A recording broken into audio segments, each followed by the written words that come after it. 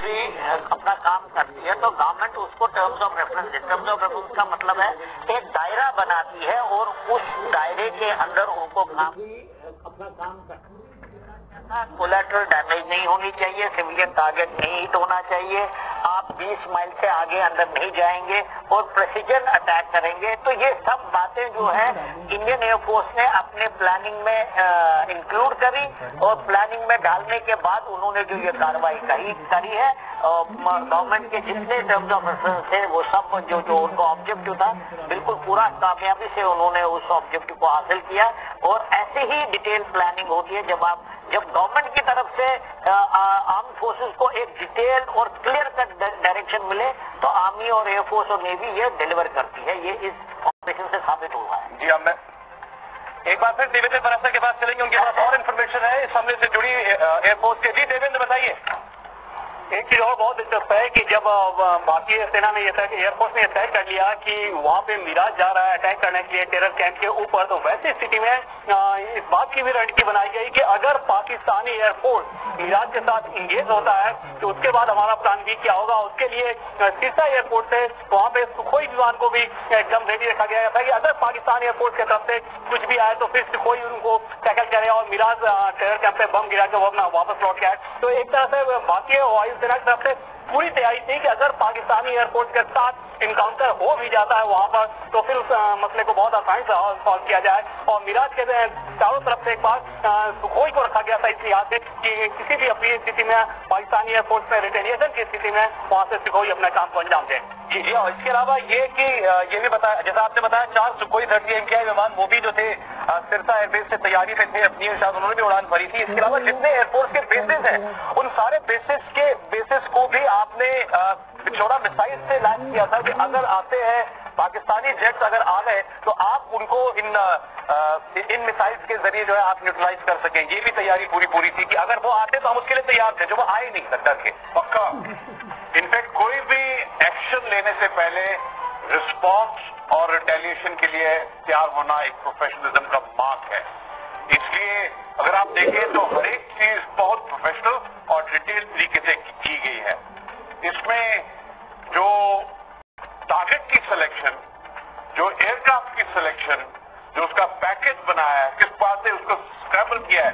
जैसे हम देखते हैं 26 जनवरी को अलग अलग एयरफील्ड से उड़कर प्रिसीजन एक सेकंड की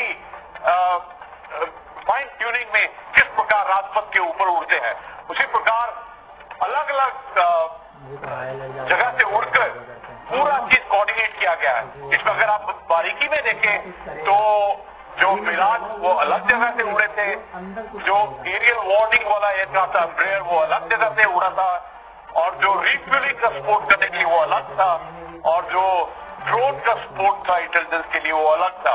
ये पूरी कहानी है इंटीग्रेशन की, कोऑर्डिनेशन की और एक बहुत उम्दा दर्जे की प्रोफेशनलिज्म की, जो आज इंडियन एयरफोर्स ने दिखाई है कि किस प्रकार उनका स्टैंडर्ड है। इनफैक्ट बड़ी खुशी होती है कि जो हमारा टेक्नोलॉजिकल स्टैंडर्ड है, जो ट्रेनिंग है, जो प्रोफेशनलिज्म है, जो हरेक तंत्र की, जो हरेक आपस में कोऑर्डिनेशन और मिलाप है वो किस दर्जे का है। और सबसे बड़ी बात यह है कि स्पेसिफिक टारगेट, स्पेसिफिक रिजल्ट और जो स्ट्रेटेजिक मैसेज था पाकिस्तान के टेरर और उसके प्रॉक्सी वॉर को, वो और जानकारियां आ रही हैं जनरल साहब, वो ये है कि 19 फरवरी को इंडियन एयरफोर्स को डिटेल अप्रूवल मिल गया था। 19 फरवरी को, यानी आप देखिए 14 तारीख को हमला और उसके बाद 5वें दिन ये एयरफोर्स के पास अप्रूवल था प्लान के साथ कि आप ये इस काम को इसको अंजाम देंगे, आप ये कार्रवाई करेंगे। 5 दिन के अंदर सारी तैयारी एयरफोर्स ने कर ली थी, प्लान तैयार कर लिया था। और देवेंद्र के पास कुछ और इन्फॉर्मेशन है, जितने हाई प्रोफाइल आतंकवादी वहां पर थे उस ठिकाने पर, उस अड्डे पर, उसके बारे में देवेंद्र।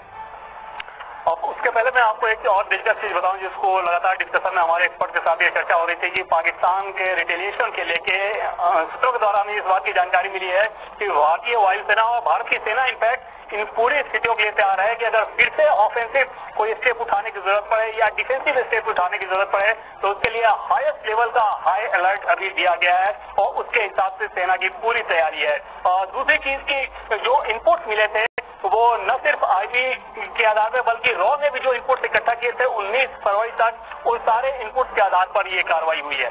जी देवेंद्र, जी हाँ, और जैसा मैं आपको बता रहा था अभी कि 19 फरवरी को अप्रूवल आ गया था। समय कितना समय हमारे ये फाइटर जेट्स अंदर रहे वो आपको बताता हूँ। प्लानिंग जो प्लान था उसके हिसाब से 20 मिनट से ज्यादा पाकिस्तानी एयर स्पेस में हमारे जहाजों को हमारे जेट्स को नहीं रहना था। 17 मिनट में अपना काम खत्म करके वापस आ गए। देखिए, दो विषयों पर मैं बोलना चाहता हूँ। सबसे पहले 14 तारीख को पुलवामा में हमला हुआ था और 19 तारीख को एयरफोर्स को बताया गया कि भाई एयरफोर्स का इस्तेमाल होगा इसका बदला लेने के लिए।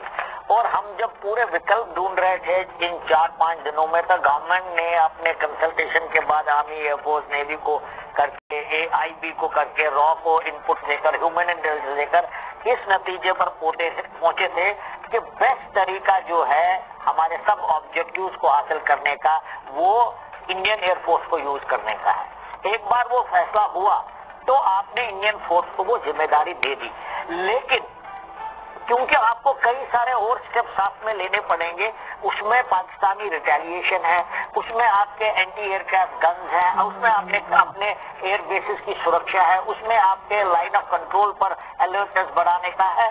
तो ये सब कार्रवाई एक लेवल पर हो रही थी, लेकिन जो मेन स्ट्राइक थी जब एयरफोर्स को दी गई, उनको 10 दिन का टाइम दिया गया, तो उन्होंने अपने 2-3 दिन लगाकर और उन्होंने अपनी पूरी तैयारी करी और इस वजह से ये जितने भी ऑब्जेक्टिव उनके लिए दिए गए थे वो उन ऑब्जेक्टिव को हासिल करने में कामयाब हो गए। जी बिल्कुल। अब और बहुत सी जानकारियां हैं मेरे पास, मैं दिखाना भी चाहता हूं आपको कि ये जो कॉम्प्लेक्स है जिसके अंदर ये आज बॉम्बिंग करी है भारतीय वायुसेना ने, उसके एक हॉल के अंदर की तस्वीरें जहां पर जैश ए मोहम्मद के झंडे लगातार वहां पर आप देख सकते हैं जगह जगह पर से। थोड़ा सा और अगर नजदीक हम करें जी, और ये वो जगह है जहां से अब्दुल रऊफ असगर है भाई मसूद अजहर का, और एक किस्म से ये डिफैक्टो आमिर है जैसे मोहम्मद का। ये यहाँ पासिंग आउट परेड लेता था सर।